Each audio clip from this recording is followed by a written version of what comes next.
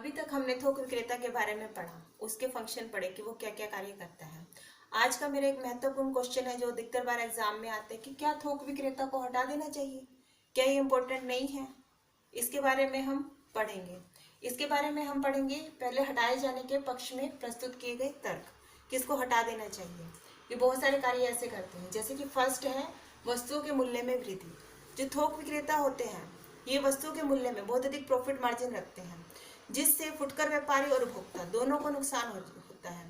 फुटकर व्यापारी का प्रॉफिट मार्जिन कम रह जाता है और उपभोक्ता को वस्तु बहुत अधिक तेज रेट में मिलती है।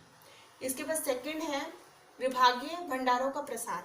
आजकल आपने देखा होगा मल्टीपल स्टोर्स, डिपार्टमेंटल स्टोर्स या मॉल है, बहुत सारे ऐसे संगठन खुल गए हैं जिससे वो सीधा ही उत्पादकों से वस्तु ले सकते हैं और उत्पादकों से वस्तु लेकर उपभोक्ताओं को बहुत कम प्राइस पर दे सकते हैं, जिससे थोक विक्रेताओं को जरूरत बहुत कम हो गई है। थर्ड है ट्रेडमार्कों का प्रचलन एवं विज्ञापन प्रबल। आजकल जो निर्माता है जो अपनी वस्तु प्रोडक्ट करता है उस पर अपना एक लेबल चिपका देता है, ट्रेडमार्क चिपका देता है या बहुत अधिक विज्ञापन करता है, जिससे उपभोक्ता को उस वस्तु के बारे में जानकारी रहती है।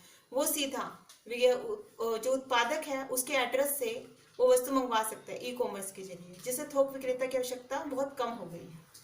फोर्थ है निर्माताओं द्वारा अपनी दुकानों की स्थापना। आजकल जो बड़े बड़े निर्माता है, Tata iron and steel company या बहुत पतंजलि है, बहुत सारी ऐसे निर्माता हैं जो खुद अपनी दुकानें खोलने लगे हैं। अगर उत्पादक अपनी दुकानें खोलते हैं तो उपभोक्ता को बहुत सही रेट पर वस्तु मिलती है, जिससे उपभोक्ता है जो थोक विक्रेता है उसकी आवश्यकता को उसने कम कर दिया है। इसके बाद फिफ्थ है केवल लोकप्रिय वस्तुओं का ही विक्रय। जो उपभोक्ता है वो कुछ भी जोखिम नहीं उठाना चाहता, वो केवल उन्हीं वस्तुओं को विक्रय करना चाहता है जो बहुत अधिक पहले से लोकप्रिय है, जिसकी गुडविल बहुत ज़्यादा है। वो रिस्क नहीं उठाना चाहता, जिससे जो वस्तुएं हैं निर्माता को या किसी को कोई भी वस्तु है वो स्वयं ही बेचनी पड़ती है। इसके बाद सिक्स्थ है निजी व्यापारिक चिन्हों के प्रयोग के दोष। कई बार जो थोक विक्रेता जो होता है वो खुद अपना लेबल चिपकाता है, खुद अपना चिन्ह लगाता है, जिससे उत्पादक और उपभोक्ता दोनों को ही नुकसान है। उत्पादक को नुकसान है क्योंकि उसकी ख्याति है वो कम हो जाती है, और दूसरा उपभोक्ता को इसलिए नुकसान है क्योंकि वितरण के जो डिस्ट्रीब्यूशन का माध्यम है वो उस पर मोनोपोली कर लेता है। मोनोपोली करने से जो सामान है वो केवल थोक विक्रेता ही पहुंचा सकता है और वस्तु के वो ज्यादा दाम लेता है, जिससे उपभोक्ता को नुकसान होता है। इसके बाद है 7 अत्यधिक लाभ कमाने की दूषित मनोवृत्ति। थोक विक्रेता का मुख्य उद्देश्य है उपभोक्ता को संतुष्ट करने से ज्यादा प्रॉफिट लेना होता है, ज्यादा से ज्यादा प्रॉफिट मार्जिन रखकर उपभोक्ता से उसका अधिक से अधिक मूल्य लेना, जिसके कारण डिमांड की जाती है कि जो थोक विक्रेता है वो अनावश्यक है, उसको हटा देना चाहिए। इसके बाद 8 है जमाखोरी व चोर बाजारी को प्रोत्साहन।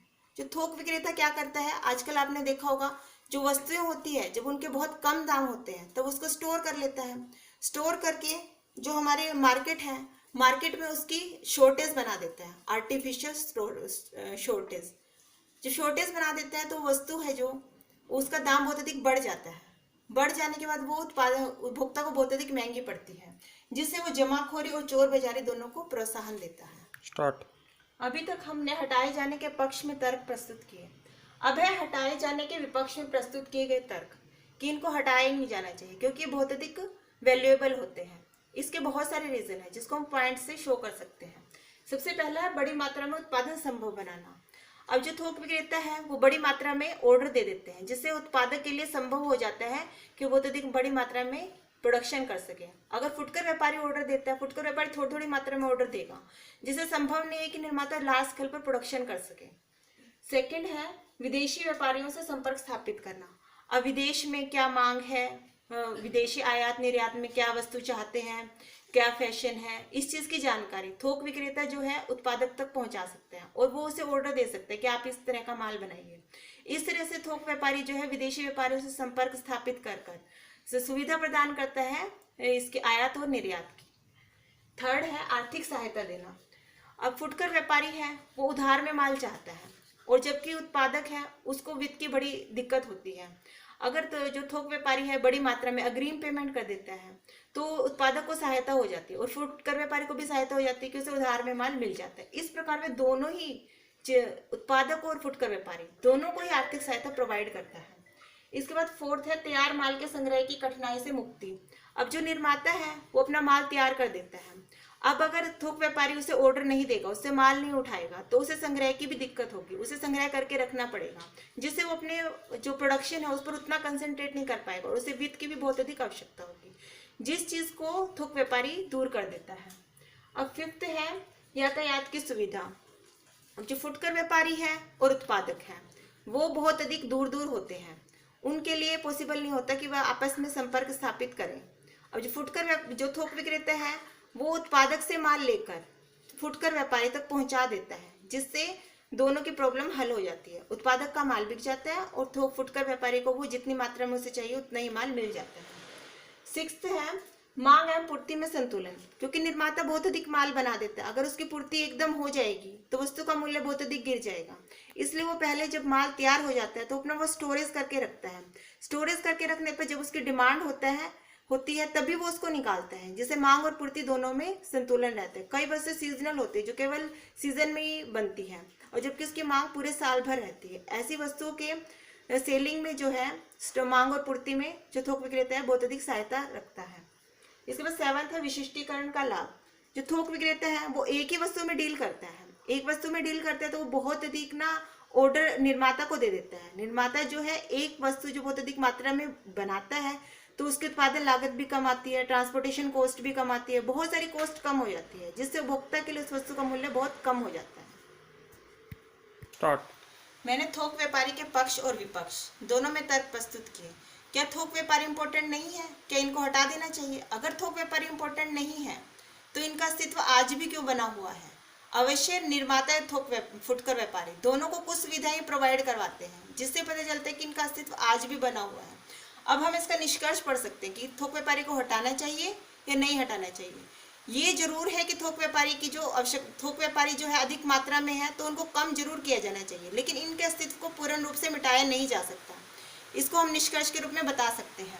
जैसे कि फर्स्ट है निर्माता व फुटकर व्यापारी के मध्य दूरी। अगर निर्माता और फुटकर व्यापारी वो बहुत अधिक दूरी पर है, डिस्टेंस पर है, तो उनके बीच यातायात के साधन के लिए, ट्रांसपोर्टेशन के लिए थोक व्यापारी को बीच में जरूरत पड़ेगी ही। लेकिन अगर निर्माता और फुटकर व्यापारी दोनों का संबंध इस तरह से है कि वो आपस में लिंक कर सकते हैं तो थोक व्यापारी को हटाया जा सकता है। सेकंड है उत्पाद महत्वपूर्ण। अगर उत्पाद की कीमत कुछ ज़्यादा ही है तो फुटकर व्यापारी के लिए संभव नहीं है कि वो इतना वित्त को खर्च करके उसको अपना संग्रह कर सके, लेकिन थोक व्यापारी जो है वो उसमें अपनी पूंजी डाल सकता है और फुटकर व्यापारी को अपनी सहायता प्रोवाइड कर सकता है। अगर उत्पाद जो है बहुत कम महत्वपूर्ण का, बहुत कम कीमत का है तो फुटकर व्यापारी सीधे उसे निर्माता से भी खरीद सकता है, लेकिन अगर महत्वपूर्ण है तो उसे थोक व्यापारी की सेवाओं की जरूरत पड़ेगी। इसके बाद थर्ड है छोटे उत्पादक व फुटकर व्यापारी। जो छोटे छोटे उत्पादक होते हैं वो अपना माल जो है पहले थोक विक्रेता को ही बेचेंगे। थोक विक्रेता उनको बहुत अधिक सहायता प्रोवाइड करता है और जो छोटे फुटकर व्यापारी हैं उनको भी थोक विक्रेता की आवश्यकता पड़ती है कि वो उसको थोड़ी थोड़ी मात्रा में माल दे दें।